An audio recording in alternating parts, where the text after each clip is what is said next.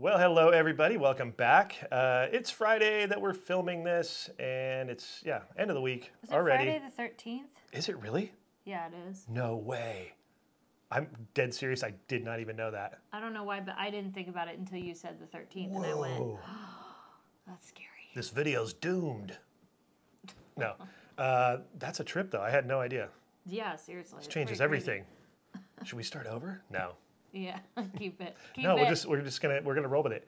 Yeah, Friday the 13th. Similar to the AMA thing we did the other day, where we kind of submitted like a, hey, ask us anything and we'll talk about it. And we compiled the questions and we did that. And it was fun to do it like as a whole. And so this week we had an idea because the big buzz was like about Magic Key. Oh my gosh, was it ever a buzz? Yeah. I'm telling you, y'all, we asked the question to give us like... Yeah, we put the word out again. Yeah, we were like, hey, tell us like the good, bad, and the ugly. Tell us everything, your thoughts about the Magic Key thing, because they were on sale for less than 24 hours, or at least 24 hours only. It's always like a brief little thing.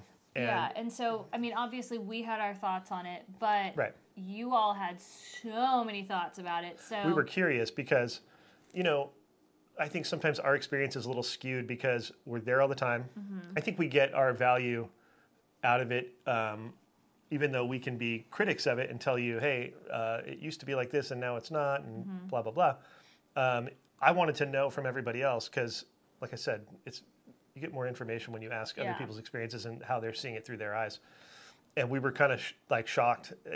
Katie at one point said, oh my gosh, it's worse than I thought. Like, because we thought, I wonder if anybody is also miffed about this. And it was to a point where I was like, I turned to him at one point and I was like, I almost wish that I didn't ask the question because some of these Pandora's answers box, were, man. Well, it's not even that. It was the fact that like, I kind of feel like just so much empathy and like so much because like, I'm going to just spoiler alert, not a lot of good responses. I think maybe there was like 2 that were like positive. So just an FYI, like... Because the question was, it wasn't like it was forcing it down a negative road. The question was like, tell us your experience and how you feel about Magic Key, like generically. Also, it wasn't like... To clarify though, I didn't just leave it to tell me just about your Magic Key experience. I said... Also tell me about how, because some people, this was their first time buying a Magic Key or attempting to buy a Magic Key. So it wasn't just about the entire Magic Key program. It was about I had people telling me multiple different things. So that being said, you know, it was just, whoa. So this happens for a lot of things. They do this online, these queues and all this stuff, which end up being... This also was in person, though. Yeah, there was an in-person, because there was people at the booths. We have, I don't even know if I have those clips. Anyways, we walked in to the park that morning, and the lines for the ticket booths were massive, because it was... There was a 4 to 6 hour queue. Yeah, because they don't know how long they're going to be there. And even if you're waiting in that queue, they could have shut it down while you were standing there. Because they don't divulge how many are available, and they don't divulge any of those numbers. That's all speculative if you've heard any numbers from anybody. So, it's interesting to see, once again, how didn't it like shut down the system and stuff? And like the typical, course, it's the Disney way where it stopped and it wasn't working. But I also thought, as much as it was hard to read all of these like not great experiences, I have to say, in a way, I feel good about it though, because I feel like sometimes some of the hardest things in life is when you feel like you're not being heard and you're frustrated. And I have to say, a lot of these messages were very frustrated and upset and sad. And I feel like if we can at least be a pathway for some people to like say it and know that like, hey, maybe you're not alone in this, and like, I think there were a vast majority of people saying, dude, we were priced out like last year, 2 years ago, or whenever they first started this Magic Key thing. I think for a lot of people it was a good thing to be like, dude, like, I'm not alone in that, because it's kind of... Yeah, because you had a range of, like you said, people who have been... Priced out. People who've been pass holders for like their whole life, or people like you or whatever. Yeah. where they've had them with their whole family and it's a tradition that they've been doing for a ton of years, and then now they've had to not do that anymore and stop that. Then you've got the first timers, or people who are just now coming in and saying, oh yeah, I want to get a Magic Key and go to Disneyland. The range was it's a wide range of experiences and different people from different places and different experiences altogether. Yeah. So that being said, though, I think the good part about it is like for us, like just know that like we are consumers of the product. Yeah. We do use it. We get a heck of a good value out of it because I mean, if you think about it, for us, if we were to buy tickets every time, like that's a lot. Like even with all the hassle, I'm not saying I like the reservation system. I'm not saying I like any of that stuff.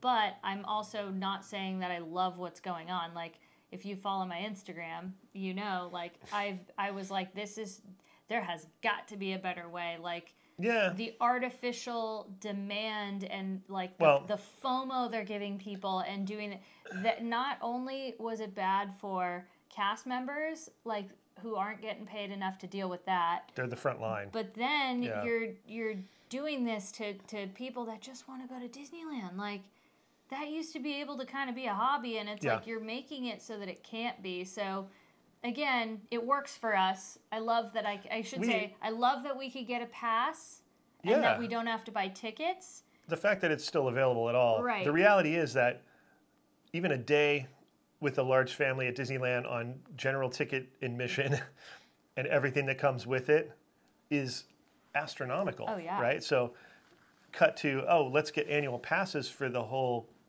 family and add the daily expense of going to Disneyland even more than just that one time. It's, you think about that, those numbers, that's a lot. So it's understandable that people are like, I am priced out, man.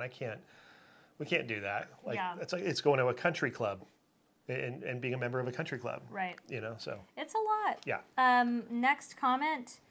I feel like the reservation system is a hoax and needs to go away. In no way does it control crowds. I completely agree with you there. Anybody who says otherwise, sorry. Yeah, I think we've all... It just ramps up demand and makes it feel like there is no supply. Magic Keys are great, but keep them available. Don't sell them out like you did Oogie Boogie and create a giant mess. This is so true, though. Like, you're basically creating this massive demand that's not demand. What's the word? I know there's another word for it. But they are, in a sense. That's what we were talking about earlier. It's artificial. So we were talking about earlier with even the sale of the Magic Keys alone comes up out of nowhere. The fact that they announce it a week before, that's the giveaway right there, that they want to let it build up and get crazy. And they know that thing's going to get flooded, and they know it's going to get shut down. So Can you imagine these cast members that not only had to go work at the ticket booth, that had to do IT, that had to take these calls?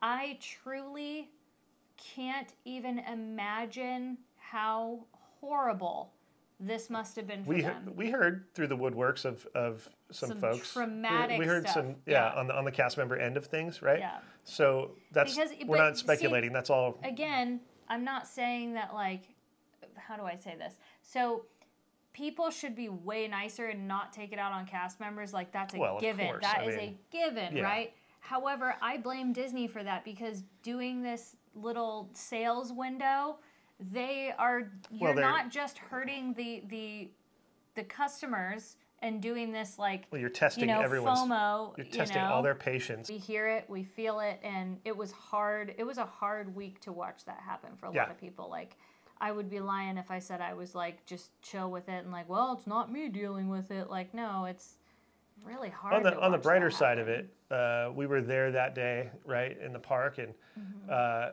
we did see a lot of happy people who had just got their Magic Keys, and they were, they were in. It was like, and I know that feeling of, like, yes, like, I'm here, and I'm like, let's go have fun, and so that was cool to see. And we had to really lean on that during this time. Like, I have to say, again, it's kind of like the empath in you. It wants to, like, focus on, like, man, how can I help these people that are hurting right now? And so I have to say, like, if anything made us cheer up about it, that definitely cheered me up, and it was nice to see some smiling faces. Yeah.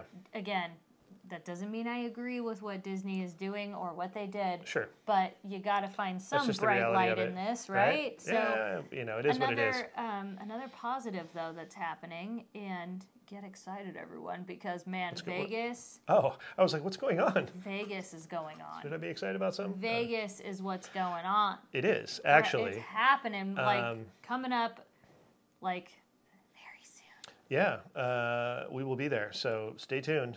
We have stuff planned, too. I know, we always have stuff planned, but I mean, we have... No, we don't normally have that much planned. But really, yeah, like our last trip, what did we have planned besides dinner? going to Fontainebleau. Yeah. Oh, okay. Yeah, that was. So we had 2 things planned last time. This time we have like 5 things planned. Yeah. So I feel like we're like you're right, because we did do just kind of some loose days where it was like, you know. And it was What did they call that in Vegas Vacation? He called it like, let's have everybody has a personal day. Remember they show up at breakfast and he's like, I don't remember what he called it, but I know what you're saying. But did he call it something? I think he called it something, I forget. But it was almost like, hey guys, I got an idea. Why don't we all kind of do, each of us do our thing. And like before you can even finish the sentence, everybody's like, sing. Gone. Yeah. Well, this will be fun. So something I'm really excited for that it didn't even hit me until I think it was last night actually, as I was thinking about it. The Bellagio, the conservatory, because we were there at the end of Christmas, we were able to see the Christmas display, which is one of my favorites next to the summer one. Yeah, it was really good. But they literally just changed it over yesterday. No way. So it's going to be Lunar New Year. Oh, I didn't even know. I didn't even know that. And I knew it was going to be Lunar New Year, but I forgot. Yeah. Oh, that's insane. I really want to go back to that, what's that place that I had the tea at? What's the name of that place? You mean on the last trip? Yeah. In the Bellagio next to the conservatory. That I had the tea at, the piano. The bar. Hold on. I got it. Petrosian Bar. Wow, I was not going to get that. Winner. Thank you very much. Wow, I never would have got that. No, I pictured Paula and Dale saying it. Yeah, like it was like my photographic weird. Yeah. Yeah. No, anyways. I really want to go back there. I also, because I'm thinking of the conservatory, I want like Siddell's breakfast though. But we never wake up in time for breakfast. Like, or not, we just don't get going. Yeah. You know what I mean? Like, we like to get going in the afternoon. Well, because a lot of times we have coffee in the room. Yeah. And we usually bring something to eat in the room for the morning, like so we don't have, like I have to eat something when I wake up. I can't just Not me, I just like coffee. So, whether it's a bagel or whatever, yeah, it's we just always something bring like that. A snack. I need a sponge for my coffee, is what it is, really. But I think we're just not, like, we don't eat breakfast as much anymore. Like, I think that's another thing that changed a lot, especially, like, that was something when I was, losing my weight. Like, that, I feel like I kind of intermittent fast a little bit. You know what I'm excited about? I heard the last time we were there, we didn't get over there, that the Golden Tiki, one of our favorite tiki bars in Vegas, in the world, did a little remodel. Really? They did something. What if they didn't? And we go, no. Well. Somebody said they did, and I don't know. I don't know what it was, but we have to go check it out. I could be totally mistaken. But at the same time... Like I said, we happen to be going there. No, that place is so fun.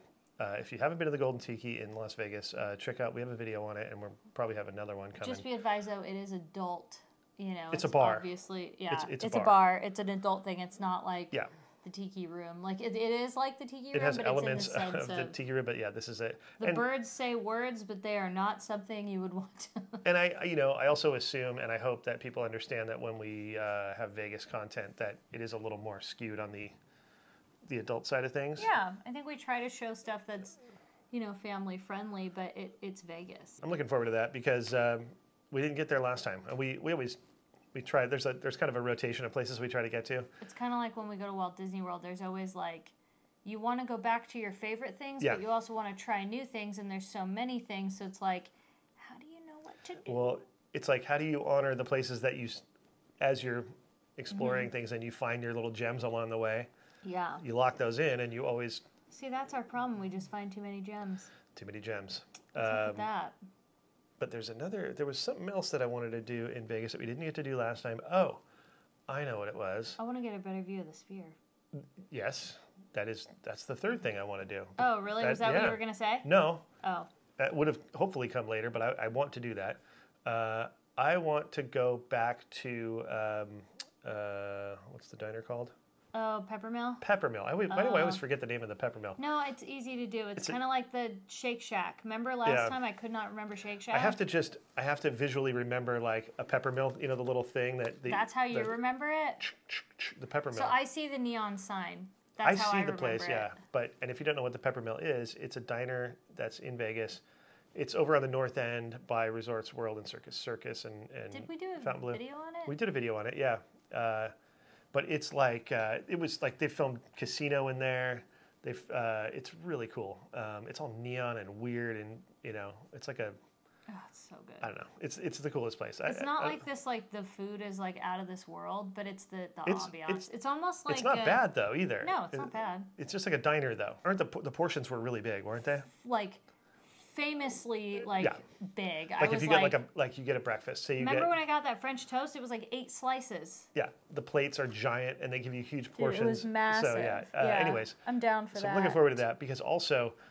It's over there on that north end it's kind of popping right now because of Resorts World and Fontainebleau, and there's a little more attention being put to that area where it's got a long ways to come back over there. Trust me. But yawned. I'm so tired. Are you? Mm-hmm. Are we keeping you awake? No, it's just I'm like, man, we've had a long week. It's been a long. I think like between the whole thing that happened with the magic key holders, and then.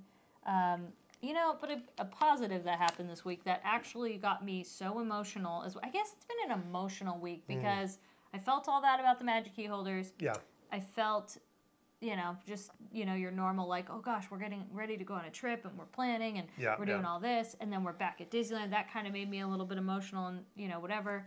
But then I got really emotional because Dylan finally made it to Tokyo and I was just sobbing because he has been, like, since we met, he's been talking about his excitement to go there. Like, it has been, he's going to dominate and travel the world. I know it because that's Dylan. But Tokyo was so high on his list. And so to see him actually make it, like, as his friend, he's one of our best friends. And so seeing him and Michael go, like, I'm going to get choked up talking about it. I can't even, but it's just so special to me. Yeah, they're there. I was watching the travel video, which you got to see. His travel video is really good. Oh, so it's fun. It makes you want to go somewhere because you can just take out. You can even take out the fact that they're going to Tokyo. You're just like you get the travel vibe of like, oh man, it's so rad to go somewhere, and it like you've booked the trip. You're locked in. You're on the plane. There's nothing else to do but have a great time and do the trip. And that feeling of like, okay, I don't have to. I don't have to work. I don't have to. This is what I have to do. I just have to go and enjoy myself. It's cool. It was nice to see too because, as you know, and I think we've talked about this several times, is like this last year was not a travel year for us by any means. Like, we took trips here and there, but it was like the year to stay home and work on ourselves and our personal lives. And I don't regret that at all. But so it's kind of like when some people watch our Disney content, they say. I wasn't able to travel the last like 3 or 4 years, so to be able to feel like I'm there, it really mentally gave me that escape. And so for me, it like mentally made me feel like I was there. Plus the additional layer of like seeing one of your best friends accomplish a major goal and do something that made them so happy. Oh yeah, I just love them so much. So that was really cool this week. But that's huge. What else happened this week? I was trying to think. This was like it's been cold. We finally got our winter. Like there's been days that haven't gotten above 65 here, and that's Southern California cold. I know, but in relative terms, for us that's pretty hardcore. So somebody I was talking to said it was below freezing where they were, and I was like. What? Like, my brain can't even comprehend that. The coldest I think I was ever in was when we were in Taos, and it was like 27. And I thought, like, to myself, there's no way it could get colder than this. I think you were in colder than that, either in Mammoth or there. No, it was Taos. It was 27 degrees. That was the lowest I've ever experienced. Okay. That was it. I mean, again, barring overnight temperature, I'm talking about like that I've been outside in. No, I know. I just for some reason thought you'd been in like 19, 10, something like that. I don't know, 10 degrees. I don't know. No, not that I recall. Again, that's barring overnight temps. Like overnight lows probably. Who knows what that dips to? But like walking around, and I remember I felt like you could feel that cold in your bones. Like, yeah, it's different. At the same time, though, like I'm acclimated to such a warm climate. Like it is hot in California. It's not Florida hot, but it is hot in like, California here. Do you ever do this like with cold? Like sometimes, and I don't. It might just be because it's cold and you can smell things better. But like when it's really cold, you can smell the cold. Like, okay, Lorelai Gilmore, like. What? Lorelai would, when it was going to snow, she'd be like, I smell snow. And she could always smell what was happening. So I'm going to call you Lorelai. No. Like, dude. Well, the other thing that's happening soon is that the hours are going to change because, I'm okay with it I don't love it because lately with the way our schedule's been, when it gets dark at like 5, I start to like shut down and I'm like, oh, I'm pretty sleepy. I could go to bed right now. Right. But he's on another level of the darkness. Dylan's like this too. Speaking of Dylan again, we agree on this sentiment of I'm with Christian. We're daylight people. Yeah. We enjoy the day. We love the long days. And it gives you the option. Like if you want to go inside and chill, go right ahead. I mean, it's 6 o'clock. You have every, right to go and your day's over. But some people, like myself, I got 3 more hours of light, man. I could do so many things, And if I work a day, even if I work till 7 o'clock, I still have a couple hours left. Yeah. Of daylight, and that could mean you just don't thrive in the day, the shorter days. Well, here's what ends up happening on the short days is it's too much. You can't get around this depending, it's obviously because of where you live on the sphere that is the Earth, the way it works and the way it tilts and all that stuff in the winter. And so someone probably is going to correct me, but I don't know. But you know what I'm saying is that it changes in the wintertime. So it's too many hours of dark for me where it's like I'm used to having in the summer and whatever, what I like is like, it gets dark at 9, 10, 11, 12, maybe 1 I go to sleep. That's kind of average for me. So it's like 3 or 4 hours. Yeah, so you also don't sleep a lot. It's like it gets dark at 4:30. 3 hours later, it's 9:30, and I'm like, that's pretty late. And I'm like, it's not. It's 9:30, and I'm still like, oh my gosh, there's still going to be like another 12 hours or whatever, not 12 hours. What feels like it. Anyways, to you. It's just a lot. The other thing is too, I can understand from your perspective because you don't sleep a lot. Like I need a minimum of 10 to 12 hours in order to function. Like I truly am a lion. Like lions sleep and I'm literally half hours that. A day? I'm like 4 to 5, and I'm fine. And I love a good day nap. There is nothing better than a nap. Oh my gosh! Like that was the one thing. Like another good friend of ours that we lived with. Like nap. We both agree. Napping is the best thing. Some people it works. Some it doesn't. Yeah, I love it. Those days. Okay, let me just tell you about the nap. And I swear I saw this on the internet once. Somebody wrote it, and it became like a thing. Well, if you saw it on the internet, then no, I mean it's true though. It was one of those things where it said, the nap where you've been out in the sun, okay? You were in the pool, whatever the heck you were doing. You come in, you ate a sandwich, the air conditioning's on, and you take a nap like that, and you still kind of smell like sunscreen. You're kind of rinsed off. You took a shower, but you know how you still it's legit.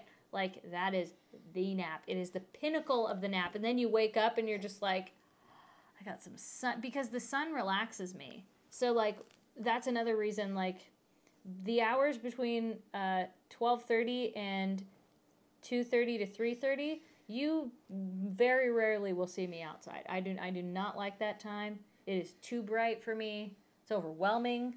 I just want to take a nap. That's my nap hour. That's my nap hour. All right. I love it.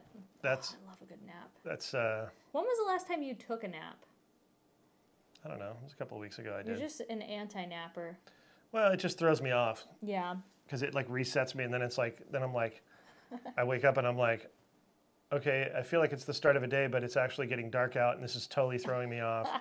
It messes me up. But naps are wonderful. There you go. Naps are wonderful. Is that the theme of this? Naps are wonderful. Yeah. All right, you guys.